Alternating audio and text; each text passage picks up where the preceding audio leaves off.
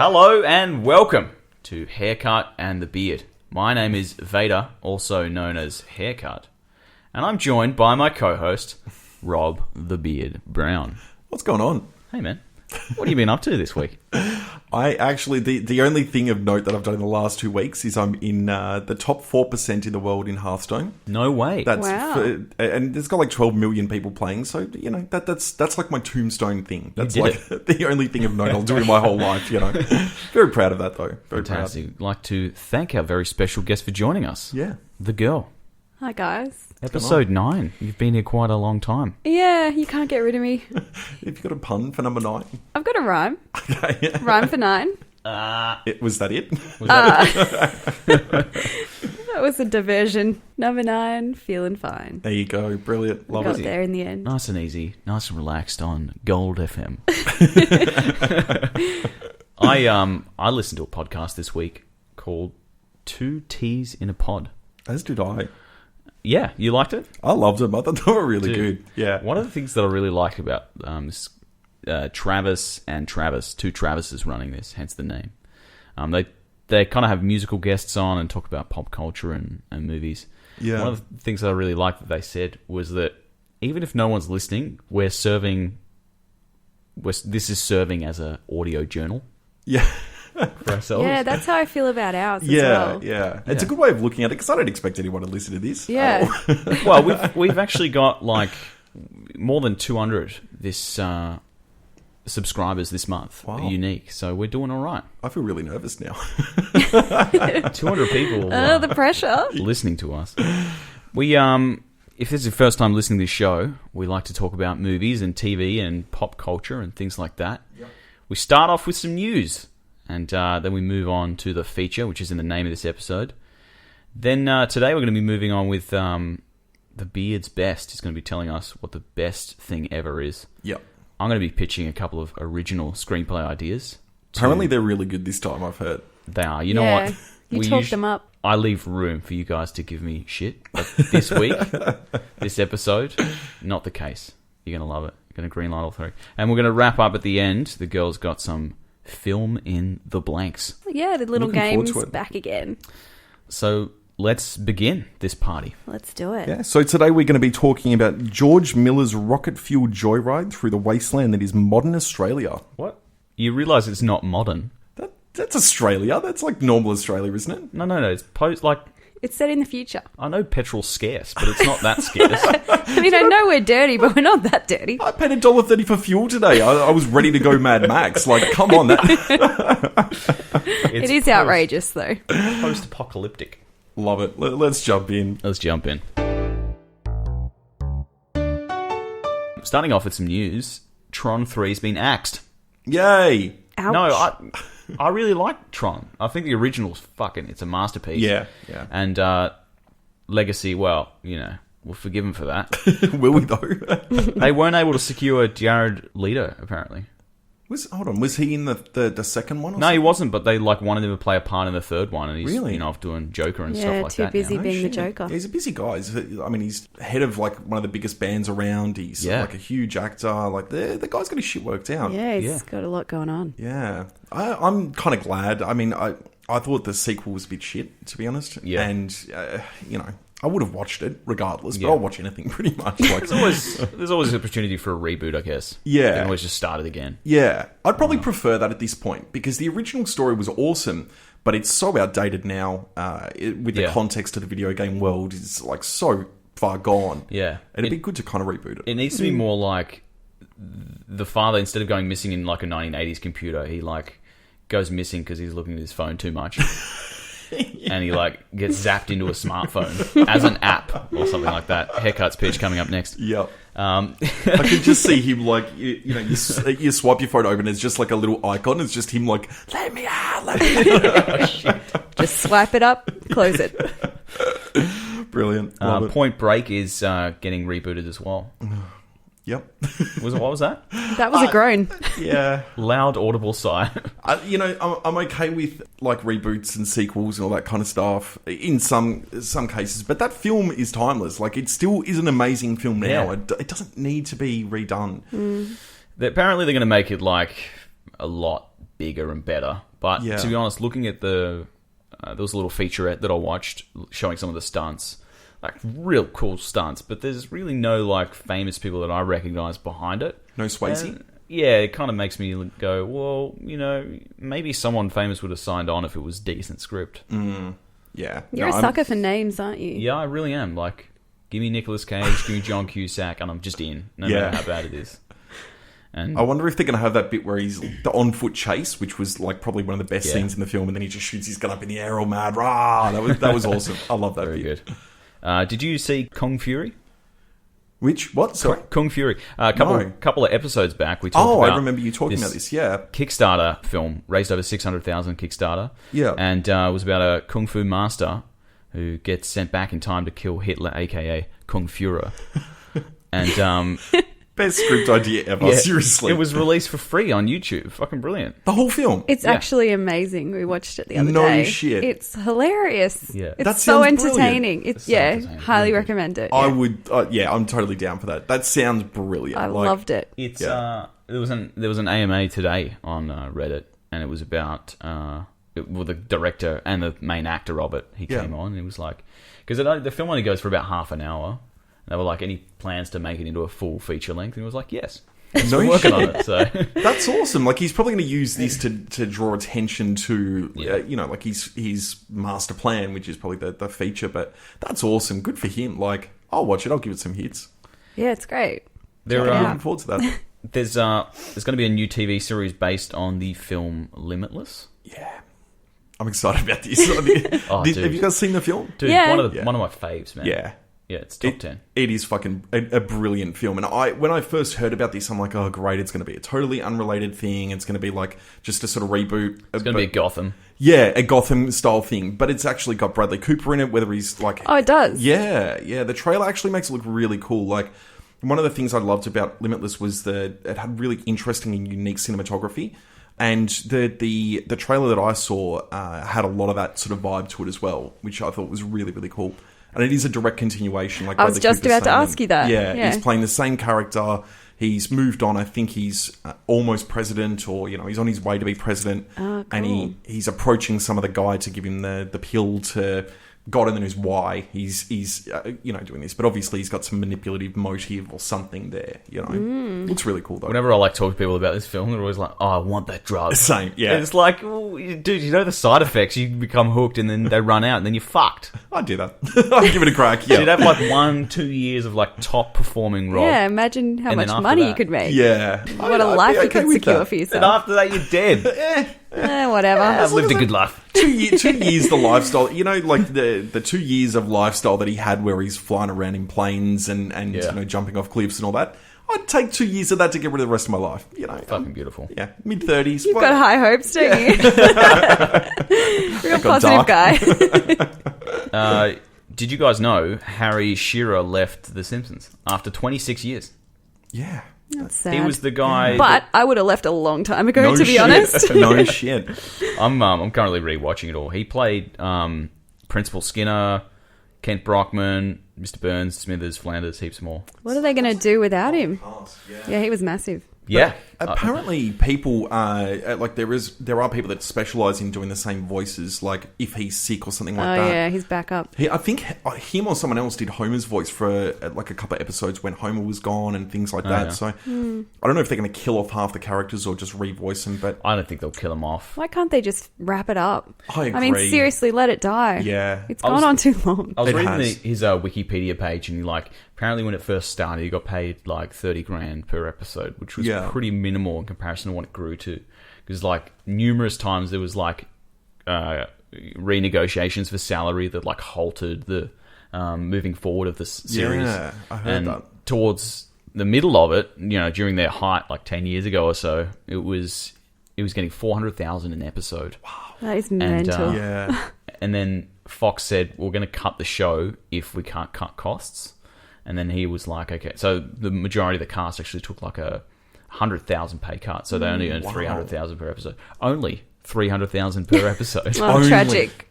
Any context where you can say only $300,000 per thing that I release once a week, you're still making pretty good money. They're living the limitless life. Yeah, that's it.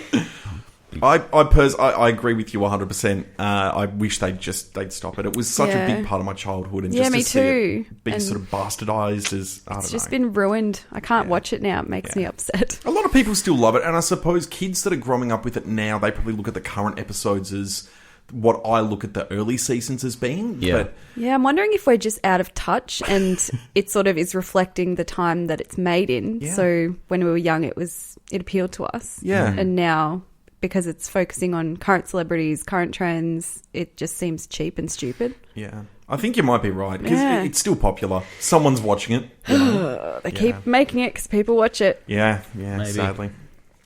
That's pretty much it for news. Anything in video game news? Just a couple of little ones. This seems to be turning into like I talk about how awesome virtual reality is going to be time, but another really interesting thing's happened with the Oculus Rift, the virtual reality headset thing. Is it porn? I mean, look, that's a given. That's going to Says happen he, regardless. hopefully. Yeah. Yes. But this, I think, is kind of cool. So picture this. You've got your Oculus headset on. You know, you can look around. You can do whatever. They're actually talking about having cameras set up in stadiums or, for big sports games or for concerts or anything like that. So you can have front row seats from this camera sitting in your lounge room at home. Yeah. So you can still look around, you can still move around and follow what's going on the stage, you can look all around you. Does that mean people in the front row are wearing... No, it just means they've got like a one little camera that can look in any direction. But you'd have multiple people plugged in. Yeah. And you can of choose... course. Apparently, they're even going to have, like, imagine a soccer game where your view is from, like, above the ground, like 100 feet above the ground in the dead centre. Or even the player. Like, you are the player. Well, yeah, that could happen eventually, but I think it's really interesting that you'll have, like, literally 100,000 people watching, like, a sports event from home, all sitting in the same seat, like, realistically. It kind of reminds me of mass control, though. Yeah. Like subduing everyone and getting them to just sit there and absorb stuff. Well, Don't I mean, you think? it's TV. Yeah, it's just another form of idiot box. Yeah. When you first said the camera, I was like, no, they're going to put a camera on the Oculus Rift so you can just, like, see normal life. That's Oh my incredible. god, it's reality. It's almost as if I'm here. Reality with half a second lag. That's awesome. I got another couple of little ones. Just on the Oculus Rift, I found this kind of interesting. A lot of people were getting that weird sort of car sickness feeling from the Oculus Rift. You know how they got rid of it? No, how? They actually put a small little nose on the screen. And that stopped people from getting sick because when you look, in reality, when you look, you've got a nose. Yeah. And having the nose gone from your vision was somehow making people like It feel just a bit throws queasy. you out. Yeah, That's so funny. So they put like a weird little shadow of a nose, and if you look at when people take screenshots, it's just got this little bump in the center. Yeah. Like, that's a really I never would have thought of that in a million years, but I thought that was kind of clever. I guess we're a little bit like technology is moving so fast, but we're held back by reality. Yeah. Yeah, I'm ready to plug into the Matrix. That's a concerning statement. Yeah. We're held back by reality. Can we think about that for a sec? I mean, if you read any of like Ray Kurzweil's books, he always talks about technology advancing and to a point where it overtakes human intelligence. Yeah. And like he reckons that they'll be able to like design things that don't have the constraints of the human mind. Not just because the human mind can't conceive it, but because the human mind cannot possibly conceive it. Yeah. Wait a So second. basically, they're That creating sentence didn't make something to sense, but- think more than what a human can, like to think beyond what the constraints of what we can think of. One But example then how is that useful? Well, one example is, right, a car has two headlights, right? Because we have two eyes and we kind of can see reflection of that in the car. Mm-hmm. Whereas it might be much more efficient to do a completely different setting up lighting on a car. Yeah. Where it's much more efficient, but we can't conceive it because we're still trying to relate it to us. To the human body and having the two eyes and all that kind of stuff. Yeah. Yeah. That's kind of very I interesting. know, kind of weird, but we went off topic. But I digress. It reminds me of Ex Machina, which you guys really need to see. Yeah, To Amazing. see, don't spoil it, please. It's very much like in that conversation. Okay. Yeah. We'll High do tech that- stuff. We'll do that one of these episodes. I Yeah. think next episode will highly likely be Jurassic World. Spoiler alert. Leads me to something else, totally off topic and ad lib, but Yeah. like, you know how Matthew McConaughey got this opportunity to do True Detective, and he became like a really good actor. The Now Matthew he's just- McConaughey. I was hoping you'd say that. the Matthew McConaughey. What actors do you think could also do that? Well, let's have a look at the new True Detective cast. Yeah, I think the new True Detective might actually spawn a bit of that with the guys that are in that. I thought there's so many that you could, if they got really good parts, good dramatic parts, they would end up getting so much acclaim as an actor. Yeah. Makes me think of, what's the guy who played the guy in Breaking Bad? Oh, Bryan Cranston. Yeah, that was really his, That big, was his McConaughey. Yeah. Yeah, 100%. Because if you think of, like, I now associate him with, one of the biggest, baddest roles ever. Yeah. But if before you- that, he was just the dad The in dad a on Malcolm in the comedy Middle. sitcom, yeah. I think of him, Yeah. I think of, like, this goofy guy that's getting his ass kicked by his wife, and then he's, like, the man who knocks, Yeah, he's amazing. Yeah. You know who I reckon could do it? Ron Livingston. Do you know who he is? I recognise the name, yeah. He's had a lot of roles. Like, don't get me wrong, he's probably had some really good ones that I haven't seen. But he was the guy from Office Space. Yeah. The guy yeah. that goes into the trance and I always like... liked him, yeah. He's great, and he's got such a nice face. And he's a decent actor. He does And have he a was- nice face, yeah. He was in Band of Brothers. Yeah, And he kind of was had too, a yeah. semi-dramatic role there. But I reckon if he was given an awesome TV series like True Detective, he could Knock it totally out of the pull it park, off. yeah. Yeah, it really shows how a great actor can be constrained by the role that they're given, Yeah. or really showcased as well. Well, let's look at pre-McConaughey. Like, he was... I love saying that. It's just fun to say. He did nothing but romantic comedies and speak with a silly accent and show his abs. Like, that was his career. Yeah. And then, I've got I mean, this not theory... awful. It couldn't be much worse. But yeah. I got this theory that, like, someone just locked him in a closet for, like, 2 years with Marlon Brando and said... Learn. yeah, And he just came out and he's like... Don't talk. Yeah. Just listen. yeah. And he came out and he's like, I am the greatest actor of all time now, and then he's Yeah. just a god, Yeah, Everything he's touched after the whatever happened, he's just been amazing. But he has Yeah. shown this real amazing dedication to roles, like with losing weight and Yeah. changing his whole physical appearance for the role. Yeah. yeah. Which, that's that true. takes commitment. I like him. Yeah, he's good. I think that's it for news. This episode's feature is Mad Max: Fury Road. It's directed by George Miller, the director of the writer and the director of the original movie, It's his baby. and it's written by George Miller and Brendan McCarthy, Nick LaFuris.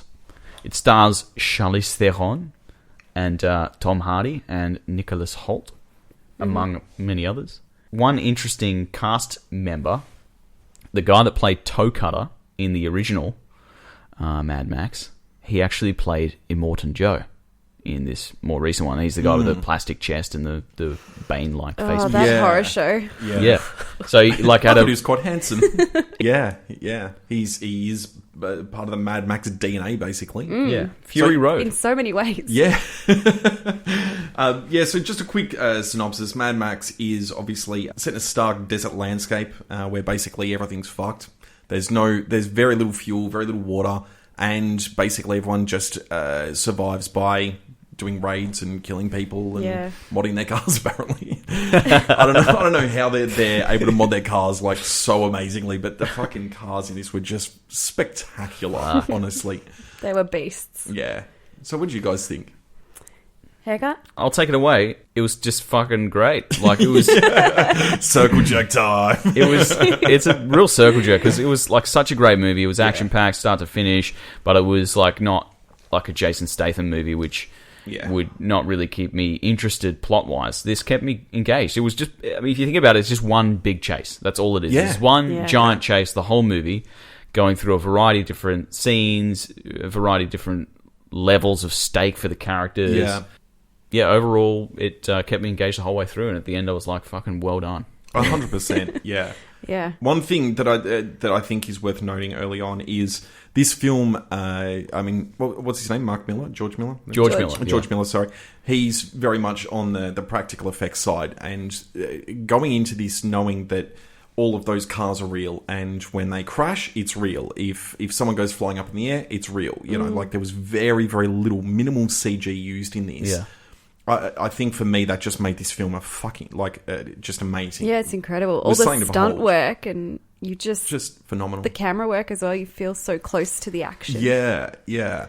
And the fact that these cars exist, I mean, one thing that I love was in any other film like this, those cars would have been CG, or at least the crashes would have been CG, or there would have been, but this was pure raw crashes and explosions. And I don't think this film would have had anywhere near the impact, no pun intended, if it wasn't real, if it wasn't practical effects over CG, you know. I've got a theory that this is going to spawn a resurgence of these practical effects, because this looked better than most CG films. Better than all, you know, it was just phenomenal. There'll be a day where, you know, there'll be awards not for special effects, but for practical effects. Yeah. Because everything's so filled with special effects. Bringing it back around. Yeah, back to reality. Yeah. Speaking of like reality, it's just so dirty, isn't it? It's gritty. I had to shower afterwards. Yeah. I felt like there was dirt all over me after that. It was like, they created a very, very rich world. And Yeah. I like that they just... Because, I mean, you don't need to have seen the previous 3 films, but they just sort of dumped you in this world. They had, like, maybe 30 seconds of explanation of the world's pretty fucked. Shit's gone bad. Have fun, you know? Yeah. The start was particularly engaging, and it just... The use of the fast-forward sort of effect and making you feel slightly insane, and everything sort of happening so quickly, and Yeah. Sorry, cut in. I wanted to ask you guys, what did you think about the different character traits? Each kind of character had something that made them really stand out. Nicholas Hoult had that kind of, you know, the chapped lips, the extreme chapped lips. Charlize had the one arm. The arm, yeah. There was the plastic chest dude. Yeah. You know, each kind of, even the lieutenants of the big badass, Everyone had, like, stood out. I don't know, some plastic wrap around his face. Like, each one of them had something that stood out. the metal nose was particularly awesome. Yeah, that one as well, of course. And he had the little nipples sticking out through his top on the chains and stuff. Like, I just think the attention to detail in creating this world and creating the different types of people, like the different races almost, was phenomenal. And costume design and making it so memorable but different was... It's just such a great Who was your favourite character? Oh, that's a hard one. Maybe the Nicholas Hoult character, because he went through a transformation, a journey. Transition, he had a journey. He learnt something. He started to feel new things. He totally switched sides. He realised that the world he was living in was crazy. Yeah, he really went from a point of... I mean, he was just totally brainwashed. Yeah. And, you know, he believed that he was going to get into Valhalla and all that. I love that. That's how these guys were so, so ruthless, because they believed that they could kill themselves. Drilled it into their heads that if you sacrifice yourself, then you're going to go to this awesome place. Exactly. And I thought that was really clever. And once again, there was very little exposition. It's just like, you know, you'd hear them screaming something. You're like, I don't really understand what's going on.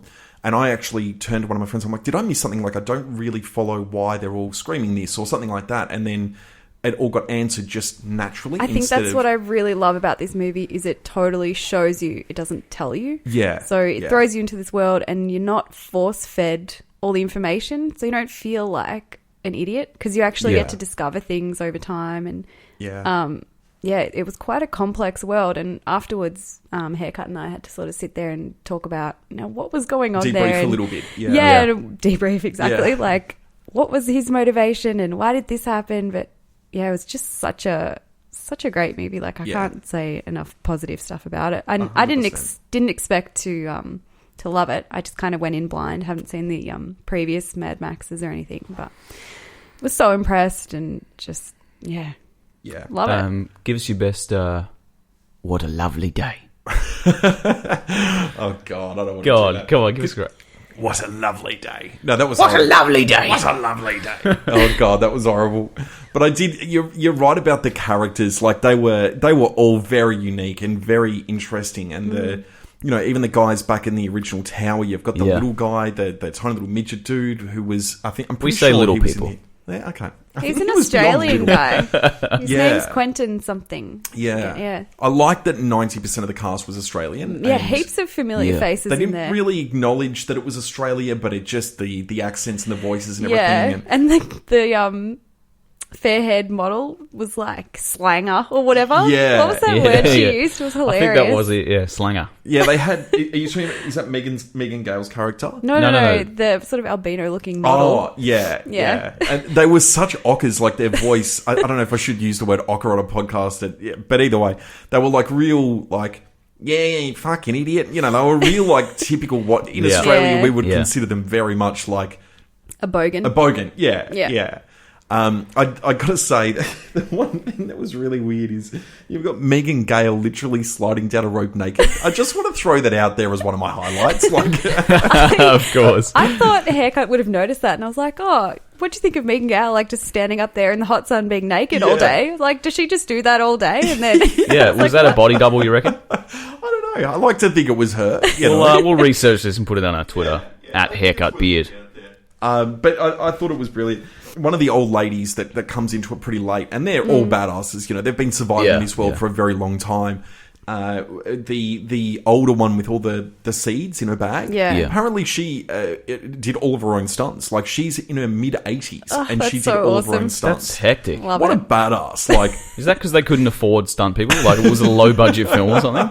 There's just no stunt people that old that they could have recruited. Yeah, what, like, reasonable insurance agent is going to be like, yeah, that's cool, let an 80-year-old do her own stunts. you know, Yeah, do a backflip. Yeah, sick as, no worries. one of my favourite comedians, Bill Hicks, has this bit where he talks about one way they should deal with the elderly population is they should just sign up for, instead of euthanasia or something like that, they should just sign up for a thing where they can be like a stunt double, but can actually die. So you've got like Chuck Norris roundhouse kicking grandma's head off, you know? Oh, God, what a noble sacrifice. Yeah, beautiful. For our entertainment, for our giggles. Oh, God. The one negative that I have to say is I don't think... I need to preface this by saying I love Tom Hardy. He's, without a doubt, one of my favourite actors currently at all, ever. He's just... Why did they go with him? I don't know. I think, one, he was wasted on this. I mean, he played the whole sort of silent protagonist quite well, but at least Mel Gibson, for all of his Jew-hating, flaws, he had a lot of sort of quiet charm, and he was a bit sort of quirky and a bit sort of fun. Yeah. I didn't really get any of that from Max, from Tom Hardy. He was a little bit blank starey most of the time. Yeah, I was rooting more for... Furiosa. Yeah, Furiosa. I always struggle with her name. Just don't even try. But she was amazing. I felt that she was the protagonist. Yeah, more so. Yeah. It really was her film. Like, she had an active role. You know, she was really moving the action forward. Whereas, I mean, he did play a part in that, but he was so silent. And then he just sort of disappears into the background. So. Yeah. Pretty much, yeah. I mean, he was still good in it, and he still had his moments, and he was still a cool character, but I just felt he maybe wasn't suited for the role. Because he's an acting powerhouse. Like, he can really sink his teeth into a role, but there wasn't much for him to really sink into here. Who do you think would have done a better job? John Cusack? Maybe. I honestly don't know. Jared Leto? Maybe. He can do sort of quirky quite well.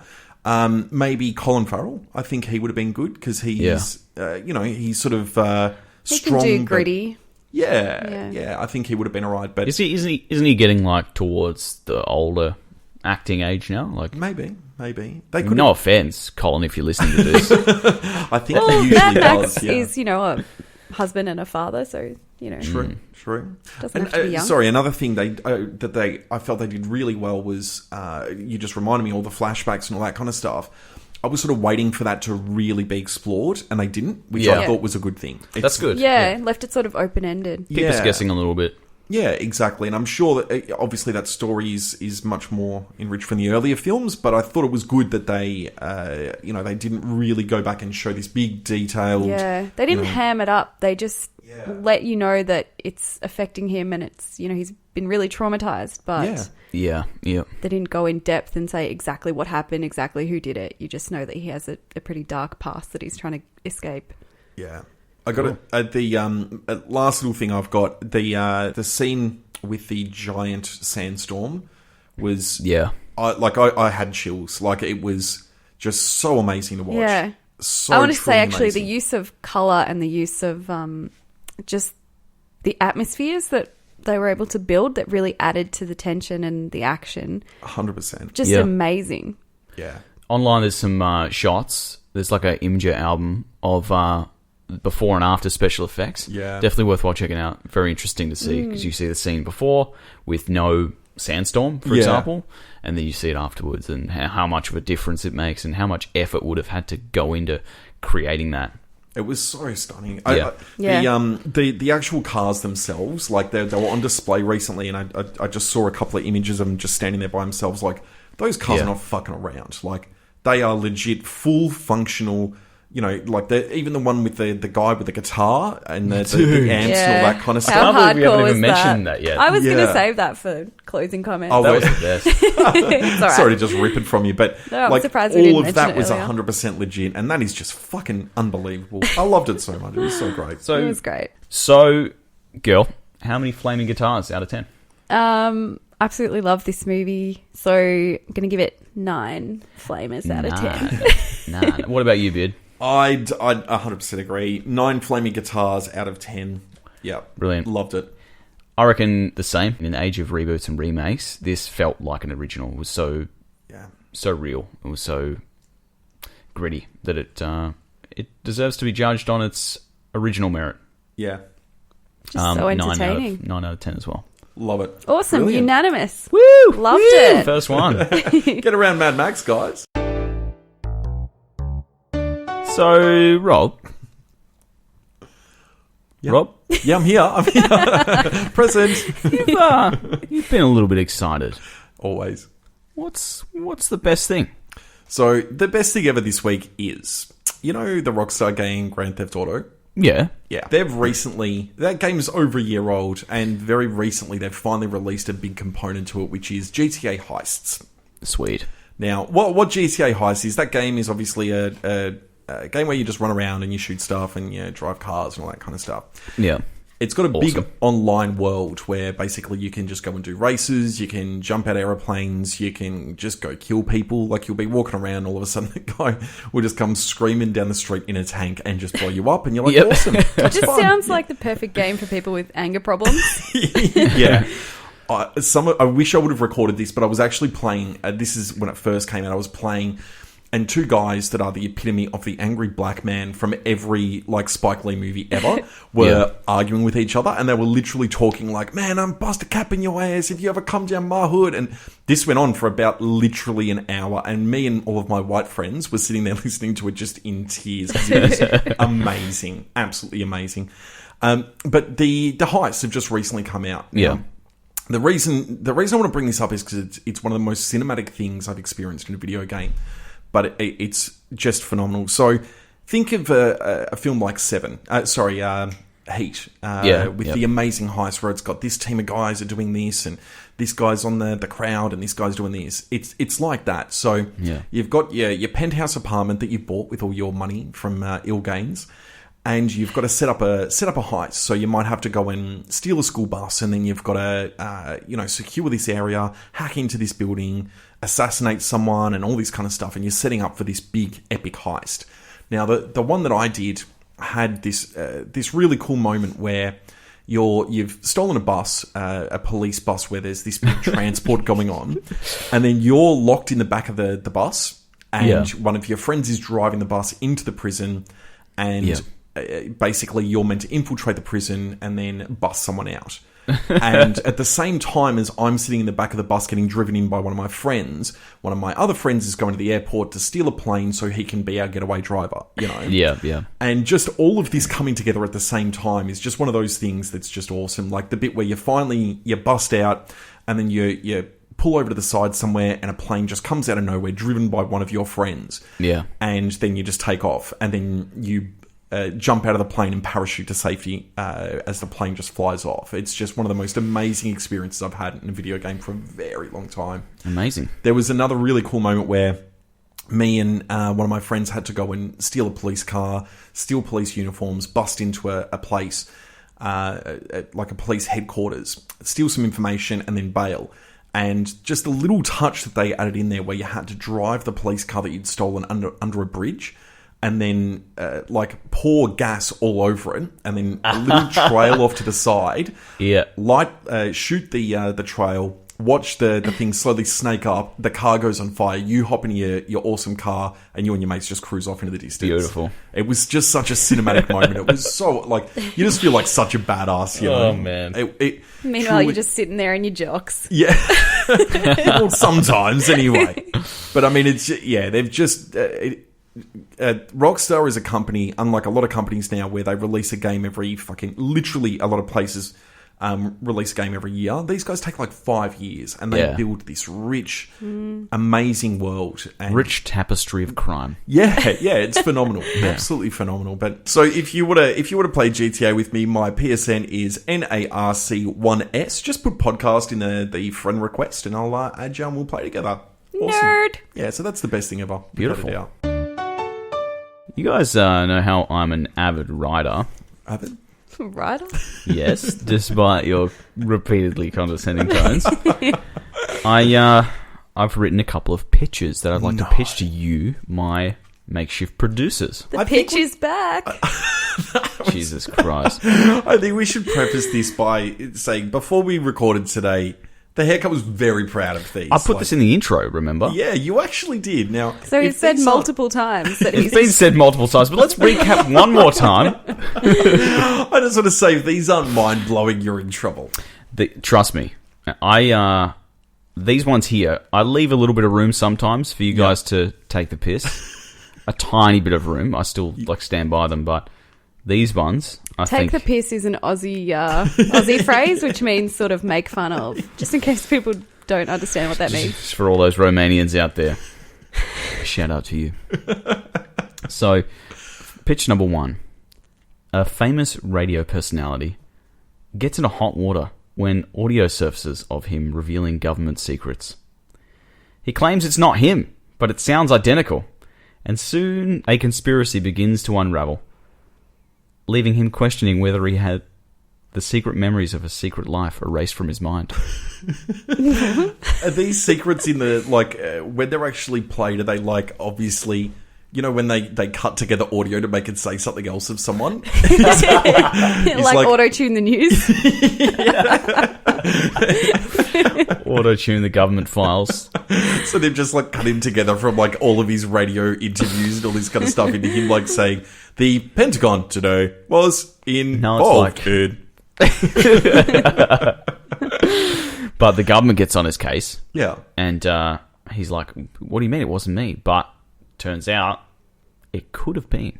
We don't know. You'll have to watch the movie to find out. Watch and find out now. I don't know. Well, I mean, it's not terrible.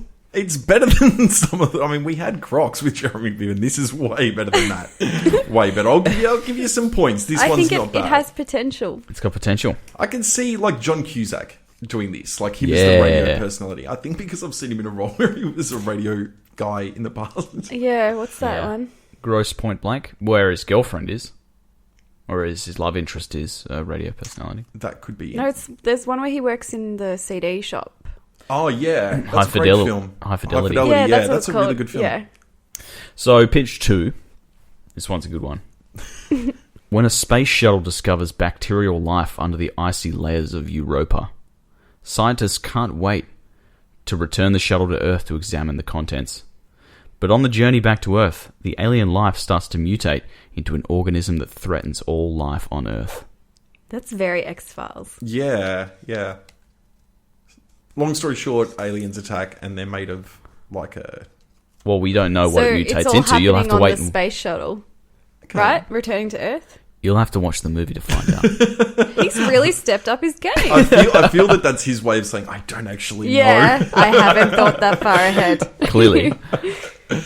Yeah, I'd watch that if it was an X-Files app. I hate to say this, That's but I'm too- kind of enjoying this.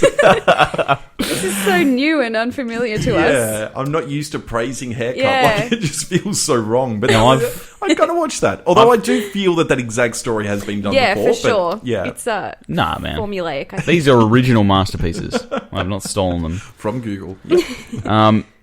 So I've had 2 out of 3 before, but this one's the third one, and one of my faves. Are we going to break a record?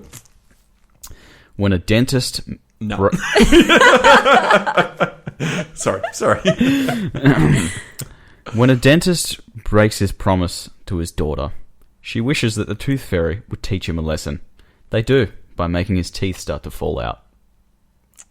Yep. Okay. Well, I think two out of three is your roof. I think that's the best we can hope for. Stakes there are really... They only affect the dentist. He's a dentist. He's just going to fix them. Or he can just make a set of crowns and pop them in. Think Liar Liar, but with a dentist. And instead of not being able to lie, he has no teeth.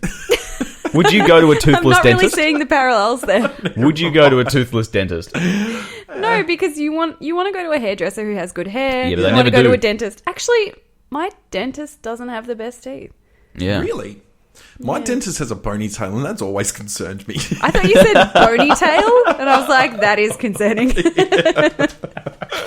So 2 out of 3, sorry, haircut. You blew it. I you know what? I like the first and the second one as much as it pains me deeply to say it. I do enjoy them. Yeah, because the first two have a lot of potential for like character exploration and tension and action. Yeah. Whereas a dentist with his teeth falling out. yeah, but he breaks the daughter to his Hold on. promise to his daughter. He breaks a promise to his daughter. Don't panic. Who would play the dentist? Who could play Toothless well? Steve Buscemi. I would not go to a dentist that had teeth like Steve Buscemi. One of my favourite quotes about his teeth is each one of his teeth looks like they're in it for themselves. Like they're just all going their own Yeah, they're separate way. competing. That reminds me of that Mighty Boosh joke about the competitive facial features. They're all angular and it's funny. It's funny in context, I swear. Brilliant. Had to be there. Yeah. That was good. Did enjoy that more than I've ever Greenlit? Greenlit 2 out of 3. I'd like to have a few brainstorming meetings on those. All right, we'll work it out. Script development. Yeah. Yeah. Cool. Without a doubt. So the girl has a special little game for us. We've played it once before. It's called Film in the Blanks. Film in the Blanks. Get it? Oh, I get it. That's clever. And she's gonna take it away. Brilliant. Thanks. All right, so I've got 2 to play today. Yep. And you'll remember how this works. It's like ad-libbing where I ask you for a type of word like an adjective or a verb, and we'll fill it in, and then I'll read you the excellent movie plot that we create together. So I'll start with haircut. Alrighty. Can I grab a male name? Pumpkin. You know what? That's a vegetable, but it's in there now. It works. Beard. What is an object or a product? So maybe Ooh. something you could buy at the shop. Okay. Reese's Pieces. Woo! I'm going with an orange theme. Can you tell I'm hungry? An adjective from you, haircut. And what is that? That is a I'm so glad you got the adjective this time. that's a describing word. And as we established last time, thrusting is not an adjective. I feel that it's a good one. Pale. Pale. Beard. Can I grab an adverb? And that is Cop that. a way that we describe an activity. So Oh, I knew quickly, that. Yeah. slowly. Funnily. Funnily. Yep. Yeah, okay. I'll take funnily. Funnily enough. Funnily enough. Haircut, an adjective. Gonna go with bold. Bald. Pale and bald. You really are. You're painting a very, very specific picture here. Pale and bald pumpkin. Beard. What's an activity? Curling. The national Okay. sport of Canada. I thought it was a Scottish thing. Yep.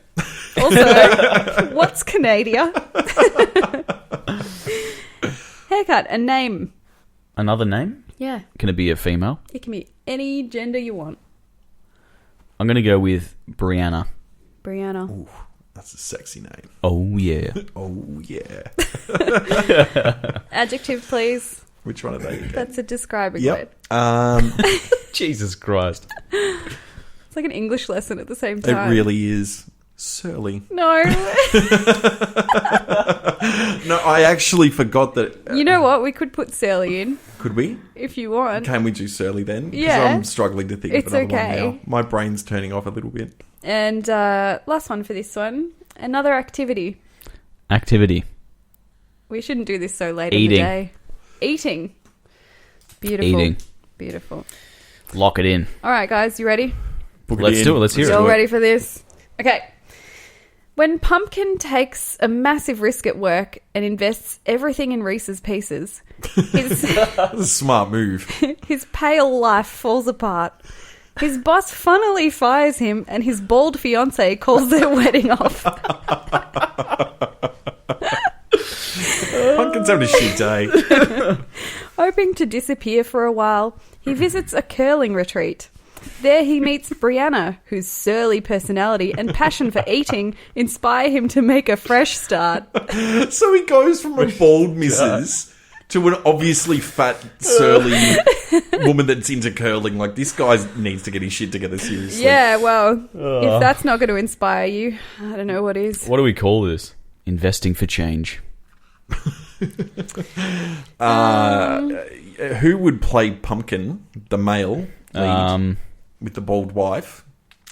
Who do you reckon? How does someone funnily get fired? Funnily enough, he gets fired. No, I think it might be comical dismissal. Okay. So, Like so a really dismissed for being abrupt- comical, or Pardon? like being dismissed for being too comical? Oh, or no, I being mean, dismissed then- in a comical Yeah. manner? Yeah, the second one. Okay. We should be so lucky. Very good.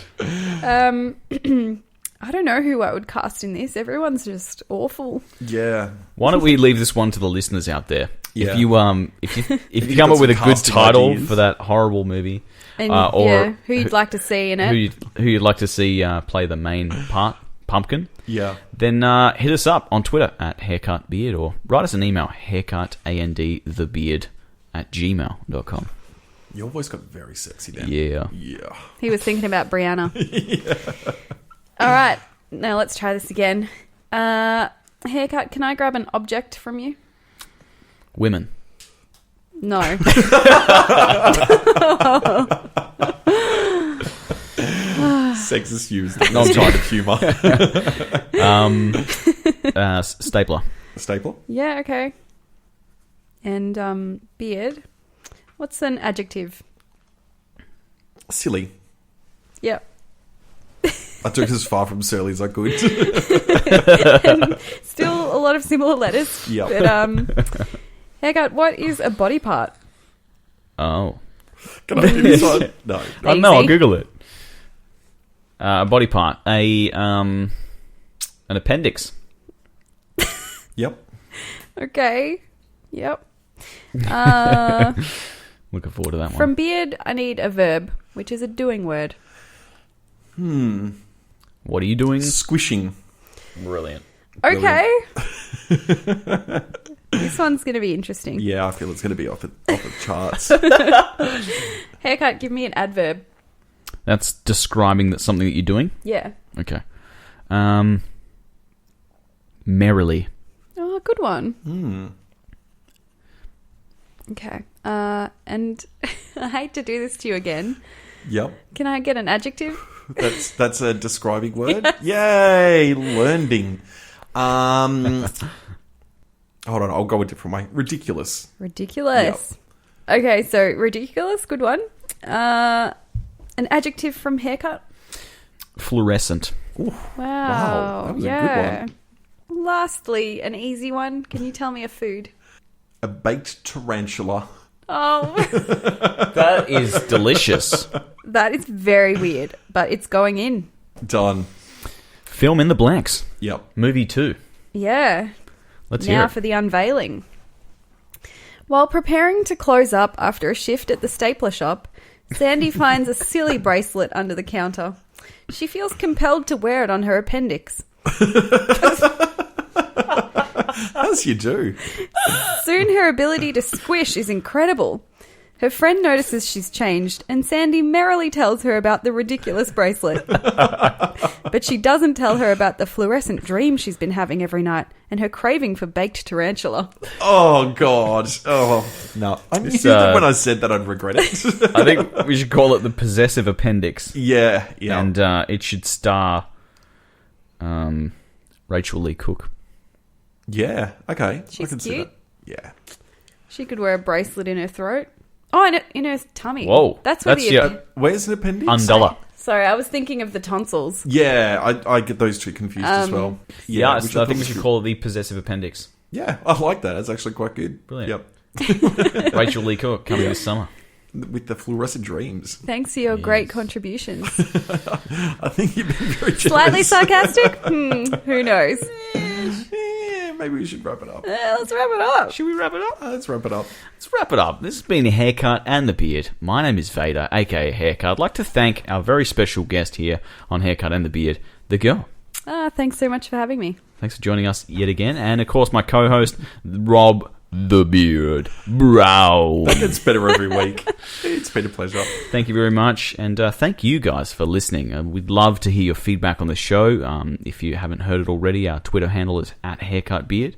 And you can send us an email, haircutandthebeard@gmail.com. You can also give us a 5-star rating on iTunes. Really helps us get our name out there a little bit. And thanks again for joining us. What a great name it is. Yeah. See ya. See ya. Bye, guys. Thank you. Fucking Dickbag McGee running amok with Balls Taylor. Balls Taylor, Dickbag McGee up next.